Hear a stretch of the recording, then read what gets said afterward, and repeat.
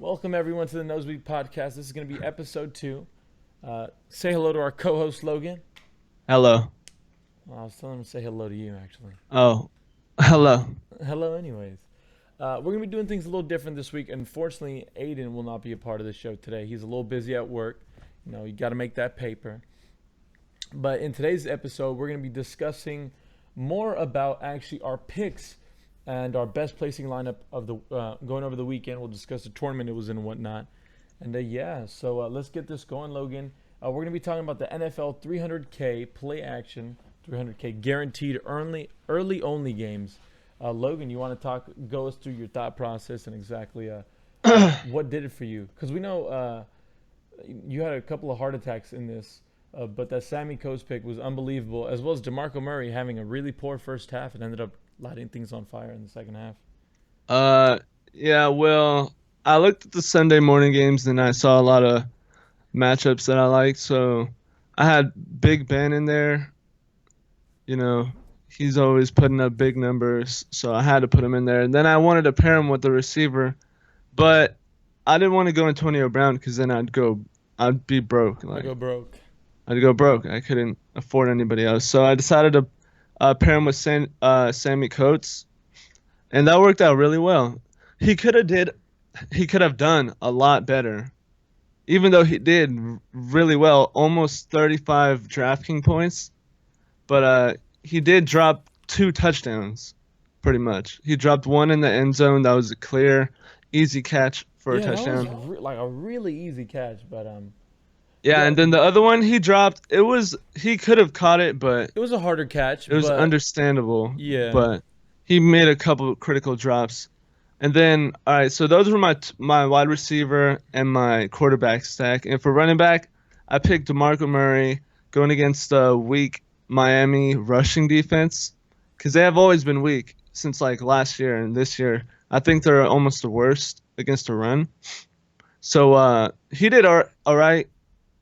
I mean, he got freaking 121 rushing yards and some receptions, but unfortunately, no touchdowns. If he went in the end zone even once, man, that's another huge week for DeMarco Murray. Yeah, he did good, but like fantasy-wise, he did all right. I mean, he did good, but for his price. Wow, Rob Gronkowski actually had a good week. I actually did not think he did anything. Yeah, and then for my second running back, I had a little bit of a sleeper, I guess. He's 8% drafted. That's actually pretty sleeper-esque. Yeah, I picked Theo Riddick. It's a $3 because game. I know the Eagles have problems with catching backs, and I know Theo Riddick is a huge catching back, especially on the Lions. And I think Eric Ebron was out of the game, which would give Theo Riddick a bit more targets, Yeah, so I picked Theo Riddick, receiver. and then he did very well for his price. He got 26.2 DraftKings points. Pretty good. Yeah, 6 receptions, 33 receiving yards, 2 receiving touchdowns, and 49 rushing yards on the ground. Yeah. But to go into depth here, let's talk about Quinoa and Nwanwio. I don't know how to say his name. It's Quincy Enunwa. Oh, Quincy Enunwa. That was, I think, your only bust that I can see on this lineup, and it wasn't even that big of a bust. He almost got double digits, and he's a pretty cheap. Quincy, he was going against the Pittsburgh defense, who is, I mean, pretty mediocre at best against the pass. They're pretty bad, actually. And with Eric Decker out, I thought we'd see a lot more targets with Enunwa.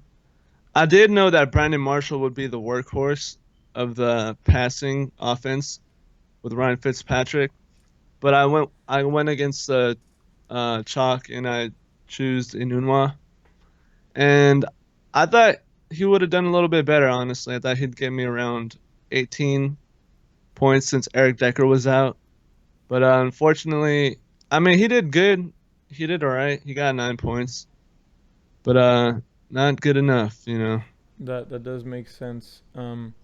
Again, I don't really have anything negative to say about this lineup. Obviously, it didn't win, but you could definitely see a lot of the core picks, all coming together in this lineup.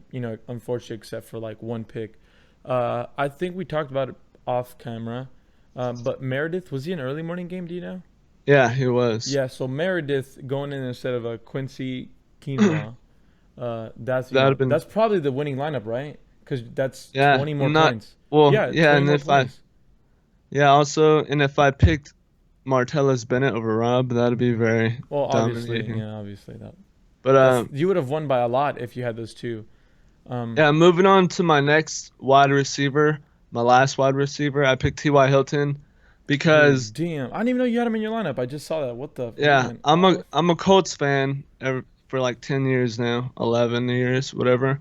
And Chicago's defense just got banged up the previous game, so they were starting a few questionable Characters. defensive players.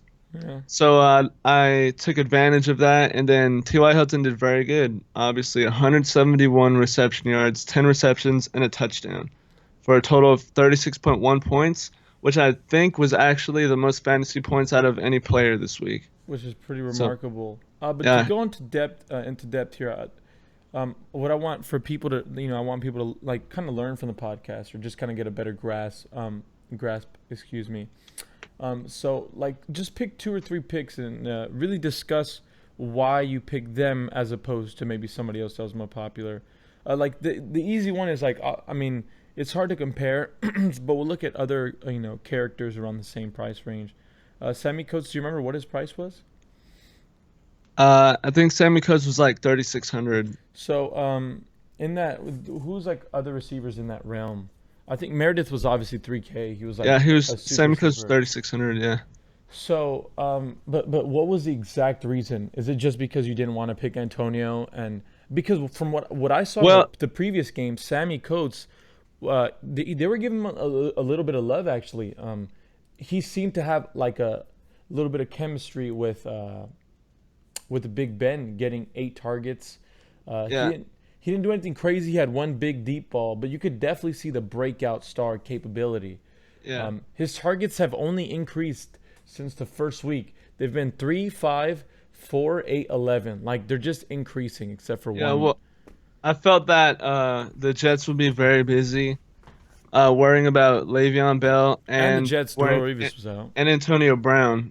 So I felt that would give a little bit more space for Sammy Coates to make some big plays like he did. Hmm. And he did catch 6 of his 11 targets, and I think he dropped 3 of them. Okay. He dropped 3 of them. So So let's say you ended up. Excuse me, folks. realistically, As Sammy people Coates just could have walked got into the room. almost 50 points Yeah, if he caught those 2 touchdowns. but he's no. He actually Antonio Brown got a touchdown instead of him that play. Yeah. I know, but if he caught the 2 touchdowns that he dropped, Yeah, no. I'm saying is because I was gonna say I thought he got a touchdown anyways. He just caught it like a down later. It was actually yeah, Antonio. But yeah. anyways, or sorry, it's the tight end. The tight end Jesse James got a touchdown instead. Um, anyways, so Brandon Marshall was another pretty good player from the early morning game. I do recall. How many points did he get? Do we know? I don't know. I didn't have him. So he got. So I opened up the winning lineup, and then I'll discuss it with you guys. So the winning lineup had Big Ben, Le'Veon Bell, Theo Riddick, Sammy Coates, T.Y. Hilton, Brandon Marshall, Martavius Bennett, Jordan Howard, and the Vikings defense. I almost made the exact winning lineup, You were except I close, chose the except for different Le'Veon and receivers on Martellus each and end, the wrong Marshall. tight end and the wrong receiver. Yeah. Did you have Le'Veon Bell? Yeah, Le'Veon Bell. Okay. Well, Oh yeah. no, I did not have Le'Veon Bell. I did not. I had Theo Riddick and DeMarco Murray. Oh, yeah. So DeMarco Murray only got 3 less points, and DeMarco Murray's less anyways. Yeah. So yeah, the perfect lineup. The Martellus Bennett, like I said, that's like the super pick. He was actually picked 16%.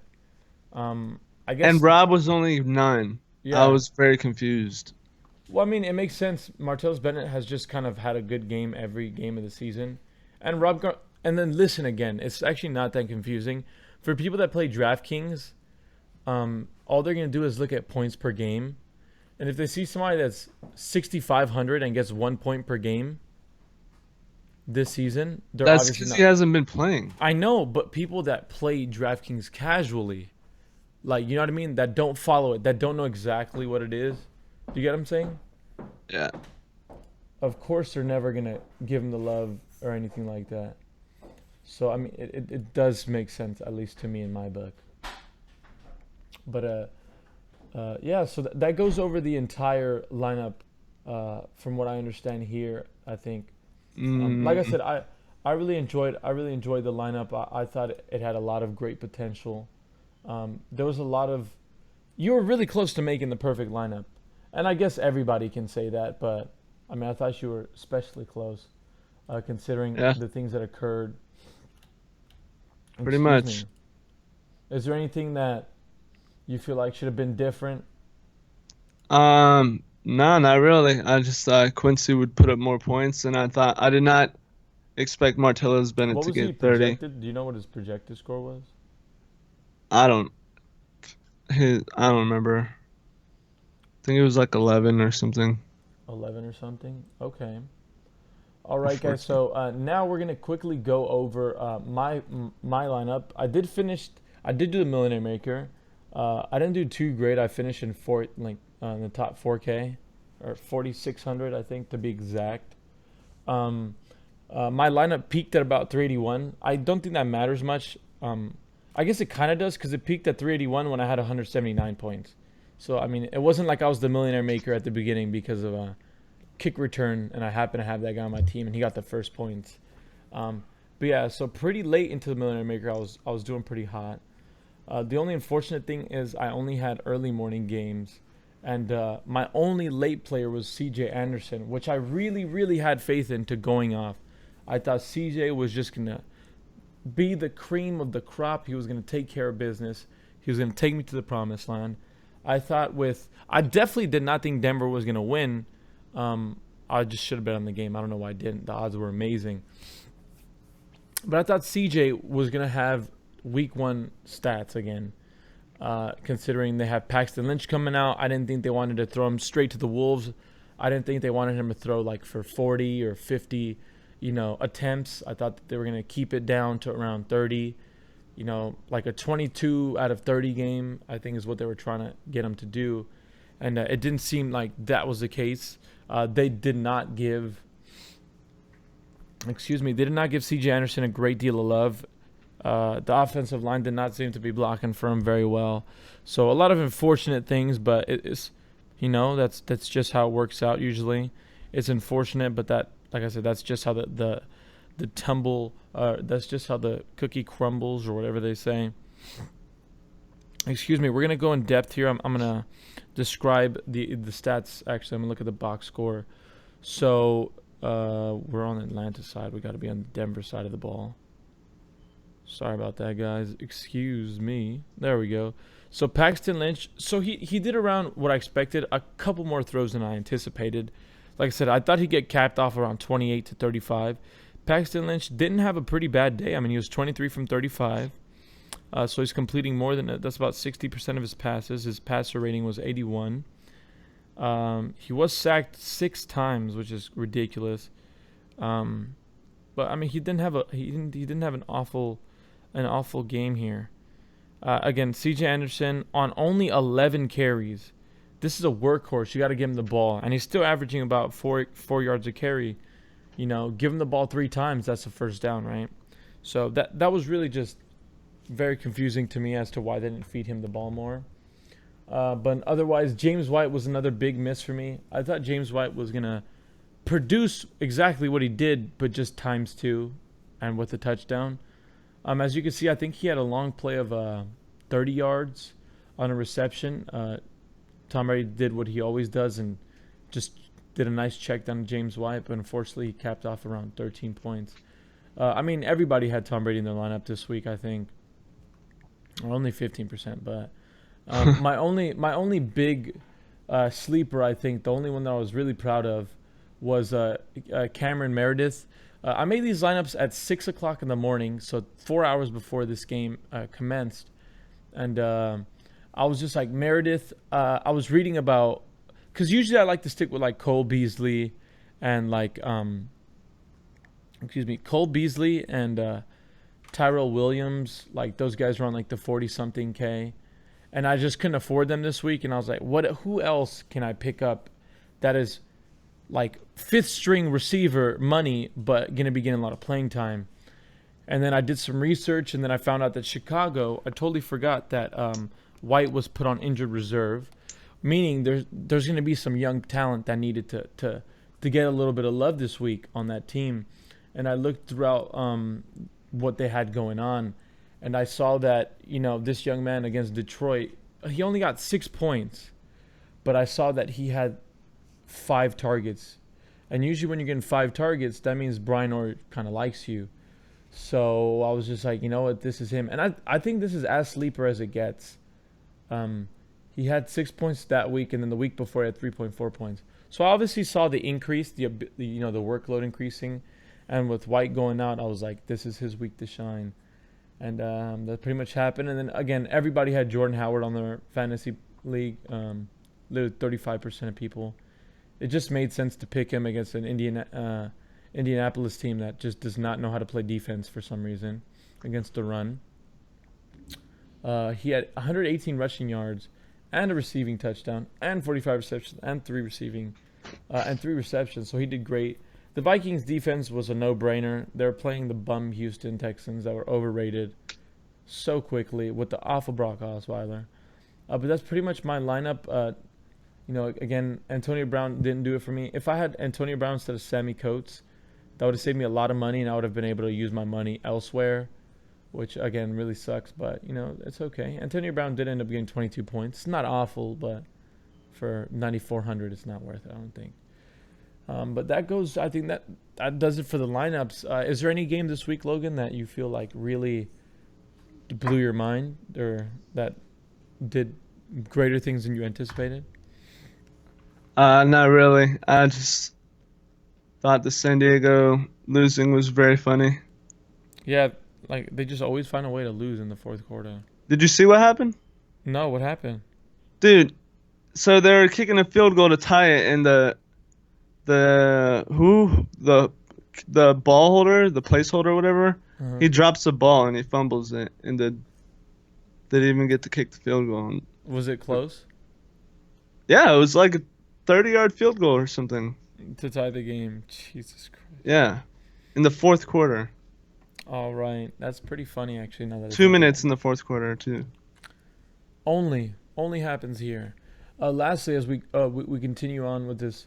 The only thing that really blew my mind, actually, I didn't blow my mind. I told Logan before the game started, I notified him that Atlanta was somehow 7-point underdogs against the Denver Broncos, who is using their backup quarterback and has not looked sufficient offensively thus far. Of course, defensively, they're the lean, mean, orange machine. But I just thought, no, you cannot count out this offense. They're too versatile. They got an amazing running back. They got killers at wide receiver. Sanu's no joke as the second option. Julio Jones is a grown man. He's the real deal. And Matty Ice 4 points this week. But that's okay. He's taking up so much attention though. Yeah. But anyways, and then Matty Ice, the B+ quarterback he is, got it done. Devontae Freeman had a pretty strong game. He had 2 touchdowns, was it? Do you know how many? Devontae Freeman, you mean? Yeah, that's what I said. I don't know. Let me check. We have to. I think he got a touchdown for sure. Devontae Freeman had 1 touchdown, and then Matty Ice had 1 touchdown. Tevin Coleman, every week, somehow, someway, the dude gets points. 4 receptions, 132 yards, 1 touchdown. No problem. What? No problem. That's somebody else we should have talked about. We should have put him on the lineup. Damn. But I didn't. Imagine me putting like Tevin Coleman instead of James White and then taking out Antonio Brown. But anyways, so that's something that really blew my mind that somehow Atlanta, I should at least, you could have made an argument for 3.5 points in favor for Broncos. But I don't know. I wish I bet on the game. I told Logan before the game that there's no way Atlanta loses this game. They're just a superior team. I think they do have a loss on the record, but when their defense comes to play, they can hold a team to 16 points, there's no way Atlanta loses that game. There's just no way. They're always going to score more than 20 points. There's just no way that they don't. But I think that's going to wrap it up for the Sunday recap. Thank you guys again for joining us on today's show. This was a quicker recap. We just went into detail with what we had on lineups-wise. But we'll be going back and doing our podcast, and we'll be putting that out later this week. But before we leave, projections on tonight's game, Logan. Who wins, and what's the exact score line on tonight's game? Carolina. Yeah, Carolina versus Tampa Bay. I say Carolina gets 27-16. 27-16. That's a pretty good. I like that. Right now, what I'm seeing is that Carolina's 6 points favored to win the game. Both these teams are 1-3. Panthers don't have a real quarterback right now. Man, this is going to be a tough one.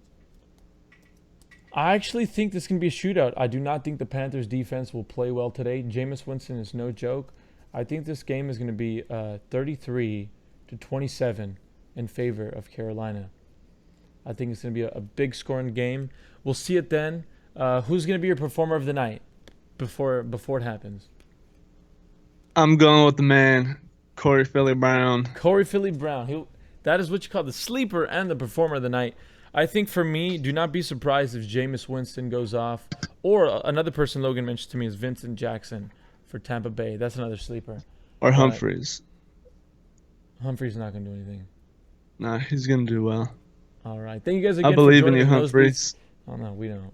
Thank you again for joining the... Oh, okay. Let me do the outro so we can get this done with. You can do it, Humphreys. Thank you again for joining the Nosebleeds Podcast. It's been such a pleasure having you. Hopefully we see you guys again in a few days. I should have this posted. Actually, now I'm going to do the onlines now and post the video. So you guys should be seeing this on Monday during the game or right before kickoff. Again, thank you guys very much for joining the show today. And I think that's gonna do it for us. We'll see you guys again in a few days with our sleeper picks and whatnot. This has been Kiran, not Aidan, and Logan Baker. Thank you guys again for joining us. Have a lovely day.